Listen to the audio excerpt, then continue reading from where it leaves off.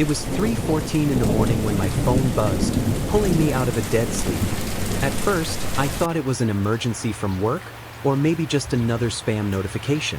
But when I unlocked the screen, my stomach dropped. A message from my girlfriend, Lena, stared back at me. The words were sharp, arrogant, and dripping with entitlement. "I'm at Mark's house. Come pick me up right now, or we're done. I mean it. You have 20 minutes. Her so-called friend. My gut twisted. I'd warned her about him before. And worse, his wife Clara was 7 months pregnant. For a split second, my heart froze. But instead of panicking, I typed 3 words that changed everything. "We're done." And with that, the unraveling began. My name is Daniel Hayes. I'm 32 years old, living in Chicago, working as a project manager in IT. On paper, my life looked solid. Steady income, a comfortable apartment, and a career that was moving in the right direction. To the outside world, I was the guy who had it figured out. And for a long time, I thought I did too. Part of that stability, at least in my mind, was Lena. She was 29, beautiful in a way that turned heads when we walked into a room together. We had been dating for nearly 3 years, and in the beginning, it felt like everything I'd ever wanted. Late-night conversations that stretched until sunrise, spontaneous road trips across state lines, and endless talk of marriage, kids, and a shared future. But somewhere along the way, the cracks began to show. Maybe it was me, burying myself in deadlines, projects, and corporate ladders. Maybe it was her, always craving excitement, chasing parties, bars, and the thrill of new faces. The truth is, Lena thrived on attention, especially the kind that came from men who weren't me. That's when Mark entered the picture. A colleague of hers from work. He was the type of guy who never knew boundaries, always standing a little too close, laughing a little too loud at her jokes, making sure his presence lingered long after the party was over. Lena insisted over and over, "He's just a friend." But Mark's late-night texts told a different story. I'll never forget the one time I met his wife, Clara, at a company barbecue. She was 7 months pregnant then, exhausted but graceful, moving slowly through the crowd with a plate balanced in one hand. When we spoke, her eyes met mine for just a moment. There was something there, an unspoken acknowledgement, a silent question that burned between us. "You see it too, don't you?" I did. I'd always seen it. I just didn't want to admit it. For months, I tried to quiet the doubts. I told myself I was paranoid, jealous, overthinking things. I rationalized Lena's late nights, her excuses, her sudden need for space. I convinced myself that if I worked harder, gave her more, she'd remember why she chose me in the first place. But denial has a breaking point. Mine came at 3:14 in the morning when Lena sent me that ultimatum. The arrogance in her words cut deeper than any knife. "I'm at Mark's house. Come pick me up right now, or we're done. I mean it. You have 20 minutes. In that moment, everything I had ignored came crashing down.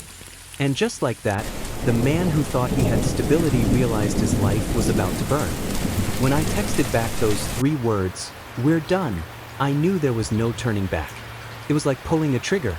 Within minutes, Lena unleashed hell. My phone lit up with a barrage of notifications.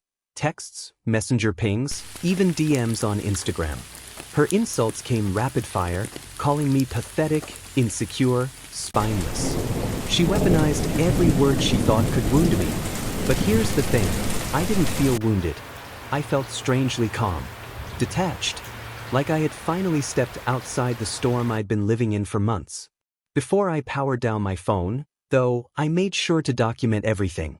Screenshots of her ultimatum, the location pin she sent from Mark's house, the threats, the arrogance, the sheer audacity of it all. And in a flash of cold clarity, I opened Facebook, searched for Clara's profile, and dropped the evidence straight into her inbox. 15 minutes later, I saw the little gray word appear, seen.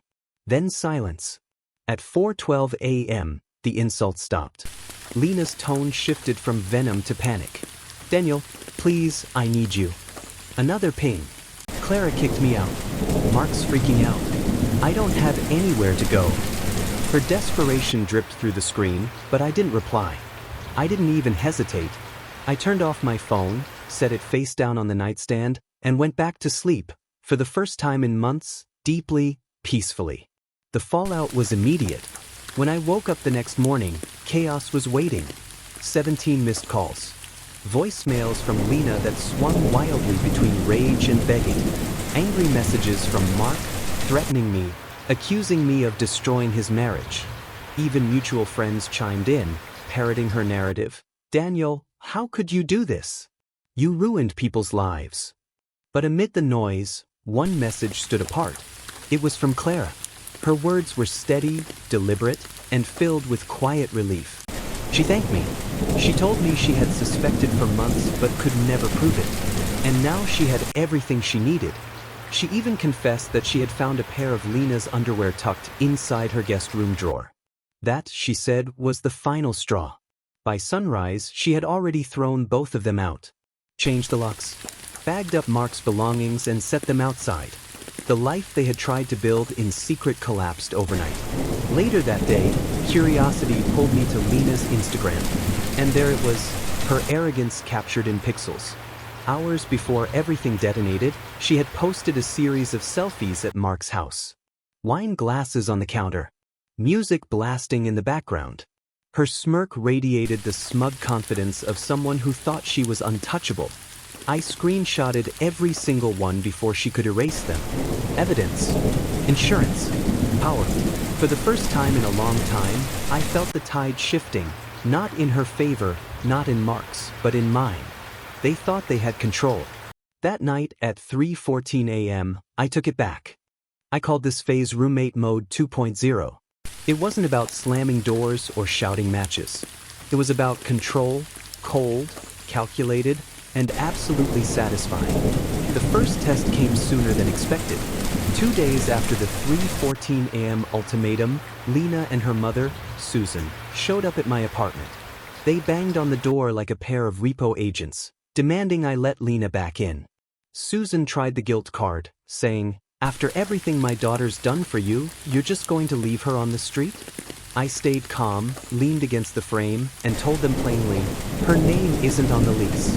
She has no right to be here." Then I signaled security. Watching the two of them escorted out of the building while Lena hurled insults over her shoulder was refreshing. It was the first time I felt like I was writing the script, not reacting to it. Then came Mark. Arrogant, reckless, predictable. A few days later, he stormed into my office lobby with two of his gym bro friends, trying to play tough guy. What he didn't know was that I had hit record on my phone before they even opened their mouths. I let them rant, threaten, posture. Then building security swooped in, separating them like rowdy kids at recess. Within minutes, all three of them were banned permanently from the property. I kept the audio file tucked away like a bullet in the chamber. Meanwhile, Clara and I stayed in touch. If Lena was unraveling, Clara was the opposite, eerily calm, laser-focused, already thinking 5 steps ahead. She wanted every shred of evidence I had, and I gave it to her.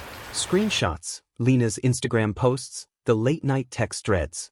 When I handed over the audio recording of Mark's little intimidation stunt, her lips curved into the faintest smile. "This," she said, "is exactly what my lawyer needs." That was when it hit me. This wasn't just revenge anymore. This was building a case. Lena and Mark had handed me the tools, and I was simply arranging them into a weapon. For extra insurance, I printed everything and stored it in a locked drawer at work. Physical copies, digital backups, encrypted files, the whole arsenal. Because I knew people like Lena and Mark. When the walls closed in, they wouldn't just admit defeat. They'd claw, bite, and drag everyone else down with them. And I wasn't about to be collateral damage in their implosion. So I waited, patient, detached. While Lena scrambled to find places to crash and Mark juggled the pieces of his crumbling marriage, I kept my head down, went to work, and pretended nothing was happening. On the surface, I was the same Daniel Hayes, quiet, focused, reliable. But behind the curtain, I was sharpening the blade. And when the time came to strike, I wanted to make sure it cut deep. The downfall came faster than even I expected. Barely a week had passed when the first domino tipped. Someone, most likely Clara's lawyer, quietly forwarded the evidence to HR at Mark's company. Suddenly, the affair wasn't just whispered gossip. It was an official investigation. HR dug into his expense reports, conference room bookings, even security logs. What they uncovered was damning. Mark had been using company resources to fund and facilitate his late-night trysts with Lena.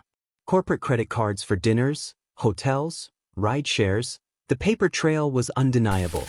Within 48 hours, Mark was suspended. Lena didn't walk away clean either. While digging into the affair, HR discovered she had falsified her timesheets to cover for her overtime. The truth was obvious. She wasn't staying late for work, she was staying late for him. HR pulled her into a meeting, and by the end of the week, both of them were escorted out of the building. Terminated. But unemployment was only the start of their unraveling. Clara struck swiftly.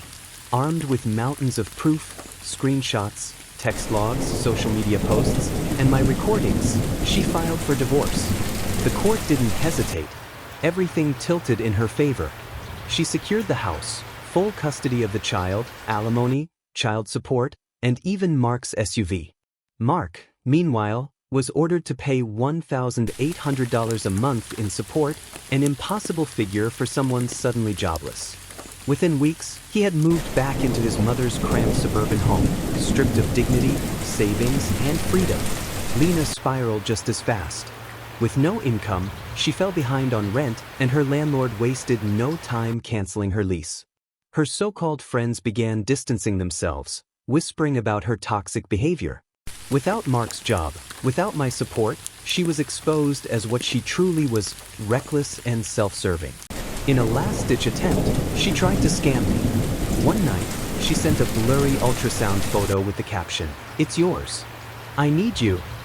But her story collapsed instantly when I demanded medical records and offered to schedule a hospital visit. She ghosted me for 2 weeks, then returned with half-hearted apologies, which I ignored. Then came the social media bomb. Someone leaked screenshots of their affair, late-night selfies, wine glasses clinking, captions dripping with arrogance. Overnight, they became a spectacle. Online forums tore them apart, colleagues mocked them, strangers left snide comments on every post.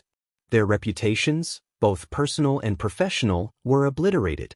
The last time Lena contacted me, her tone was stripped of arrogance.